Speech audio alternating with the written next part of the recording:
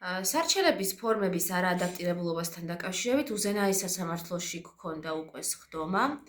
9 წელი დაჭირდა, რომ ყველა ინსტანცია მოევლო ამ საქმეს საქართველოში. უზენაესმა სასამართლომ ჩანიშნა ზეპირი მოსმენით სხდომა, ანუ მხარები დაგვასწრო, რაც საკმაოდ იშვიათად ხდება.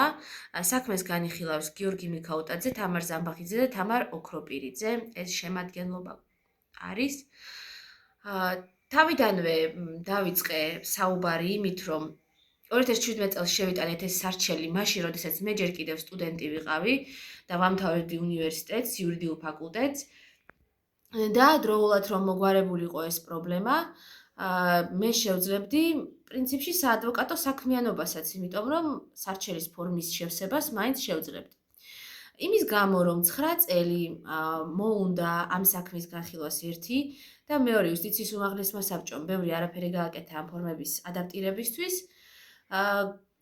მეორე გამოვიდა ისე, რომ მე რა თქმა უნდა ვერანაირ საადვოკატო პრაქტიკას ვერ განვახორციელებდი, რამაც დამაზარალა, იმიტომ რომ ზოგადად სწავლის დასრულებას და სამსახურის დაწყებას შორის სასურველია, რომ წვეტა არ იყოს. ანუ როგორც კი სწავლა სამთავრებ, ეგრევე უნდა დაიწყო მუშაობა. თუ გინდა, რომ სერიოზულად აღიქმებოდე. და 9 წელი რო გაქვს პაუზა და არ გიმუშავია ესე ოფიციალურად იურისტად ან ადვოკატად და მერე უცებ ეძებ სამსახურს, სერიოზულად აღარ აღიქმები და სასურველი კანდიდატი აღარ ხარ სამსახურის. ამიტომაც არის ჩემთვის მნიშვნელოვანი მეთქი, რომ დადგინდეს დისკრიმინაცია, არა მხოლოდ ის უკვე, რომ ფორმების ადაპტირება მოხდეს, არამედ დისკრიმინაციაც დადგინდეს. სასამართლოში მივიტანე ჩემი დიპლომიც, როგორც რელიქვია, სხვა, ძალიან იშვიათად თუ დამჭირებია და ესე ცერემონიულად მივაბრძანე სასამართლოში. სხვათა შორის სანამ შევიდოდეთ, მანდატური მართმევდა ხელჯოხს და მე ქვემდგომა რომ უთხრა, რომ აქ სხვა უსინათლოდ შემოვიდა და ეს მათ ჭირდებათ, ასე მითხრა, რომ გაშლილი გაშალე და ისე შედი თუ გჭირდება, ანუ რაც, კი ბატონო გავუშალე, მაგრამ ესეც უცოდინრობის დემონსტრირება, როგორც მინიმუმ, იმიტომ რომ მე შეიძლება ადამიანს როცა მივყვები, მე იმ წუთში არ მჭირდება გამცირებელი მაღლდა, მაგრამ დაუშვათ გასულიყო ეს ადამიანი გვერდზე, ან წასულიყო იმ დროს, გავშლიდი და ჩემით შევძლებდი გადაადგილებას. ანუ ხელჯოხი არ არის აუცილებელი უსინათლოს ყოველთვის გაშლილი ქონდეს. ეს არის მაშველი რგოლი, მაგალითად გვერდით მხედველი უცებ რო აღარ ყავდეს, იმ წუთას ძალიან კარგად რომ თავის თავს დაეხმაროს და უშველოს და სხვასაც უშველოს რო დაჭირდეს. ესეც ერთგვარი დემონსტრაცია იყო, კიდევ ერთხელ ნახეთ ვითარება.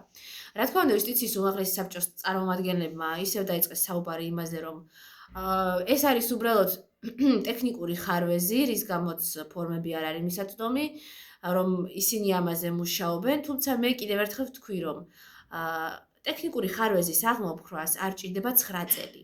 და როდესაც ამდენი ხანი ამაზე ვიბრძვით, სააპელაციო სასამართლომ რამდენიმეჯერ მისცათ მათ ვადა, რომ ეს ფორმები გამხდარიყო მისაწვდომი, მაგრამ მაინც არ გახდა, დამოუკიდებლად უსინათლო ამ ფორმას მაინც ვერ შეავსებს სხვის დახმარების გარეშე.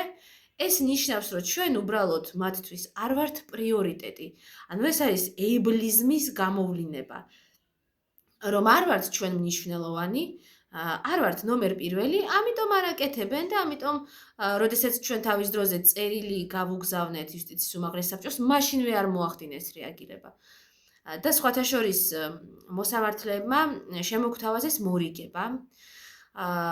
უბრალოდ ერთი დიდი პრობლემა მორიგებას ის აქვს, რომ მორიგებისთვის აუცილებელი, რომ ორივე მხარე იყოს კეთილსინდისიერი.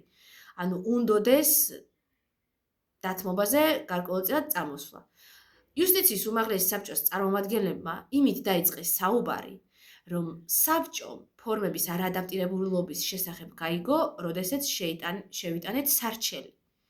რაც არის მტკნარი ტყუილი, იმიტომ რომ საქმეში დევს პირდაპირ წერილი, რომლითაც ჩვენ მივმართეთ იუსტიციის უმაღლეს საბჭოს სარჩელის შეტანამდე, რომ ეს ფორმები არ არის მისაწვდომი და ვთავაზობთ შეხვედრას, მუშაობას ამ საკითხზე და ეს წერილი დააიგნორეს თავის დროზე. მე მახსოვს ძალიან კარგად, ქვეყანაში არ ვიყავი, რუმინეთში ვსწავლობდი, ჩემი სწავლის ბოლო სემესტრს.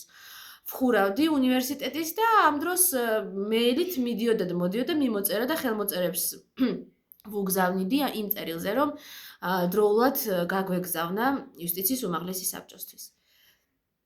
ასევე ძალიან აქტიურად საუბრობდნენ, აპელირებდნენ იმაზე, რომ უსინათლოთა კავშირი ყავდათ ჩართული ამ ფორმის დახვეწაში. მისი ორივე თავმჯდომარე და ეს არის ის ორგანიზაცია, რომელიც წარმოადგენს TEMS, რაზეც მე განვარტე, რომ უსინათლოთა კავშირი არის ერთ-ერთი და არა ერთადერთი არასამთავრობო ორგანიზაცია, რომელიც წარმოადგენს უსინათლო ადამიანებს. და ასევე განვარტე, რომ მოსარჩელეები ვართ მნიშვნელოვანი, ხო, რადგან ჩვენ გავასაჩივრეთ ეს მიუწვდომლობა პირველ რიგში ჩვენ უნდა ყოფილიყავით ჩართულები.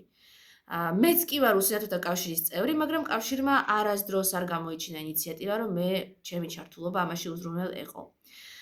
ისიც განვარტე, რომ ზუსტად ის ორივე თავმჯდომარე კავშირის ეხლა არიან გადაყენებულები თანამდებობებიდან, რადგან არიან განსაკუთრებით დიდი ოდენობით ქონების გაფლანგვაში ბრალდებულები და ასევე უსინათლოთა კავშირმა დისკრიმინაციული საფუძვლით შეუწყვიტა რამდენიმე ადამიანს წევრობა და ეს დისკრიმინაციულობა უკვე როგორც ორი ინსტანციის სასამართლომ დაადასტურა, ანუ თბილისის საქალაქომ და ასევე სააპელაციო სასამართლოებმა და დააკისრეს კავშირის ამ ადამიანების ორგანიზაციაში დაბრუნება და კომპენსაციის გადახდა. შესაბამისად, ჩვენი ჩართულობა არის ჩემი და მარიამ მიქიაშვილის მეორე მოსარჩელის საკვანძო ამ პროცესში, რაც 9 წლის განმავლობაში ვერ მოხერხდა. ამაზე მქონდა საუბარი, საქმის განხილვა გადაიდო 29 აპრილამდე, იმიტომ რომ ამ პერიოდში უნდა მოხდეს მორიგების პირობებზე შეთანხმება ან პირობების შემუშავება და იმის მიუხედავად კიდევ ერთხელ გავიმეორდები, რომ კი შეიძლება ფორმები ახლა გასწორდეს, ის წლები, რომლებიც მე დავკარგე პროფესიული თვალსაზრისით, ხო, ვერ ანაზღაურდება და ამიტომ არის მნიშვნელოვანი ჩვენთვის ამ საქმესთვის, ანუ ამ საქმეში ჩვენთვის უკვე არა მხოლოდ ის, რომ ფორმები გახდეს ადაპტირებული, არამედ ისიც, რომ მოხდეს აღიარება იმის, რომ ჩვენი უფლებები დაირღვა.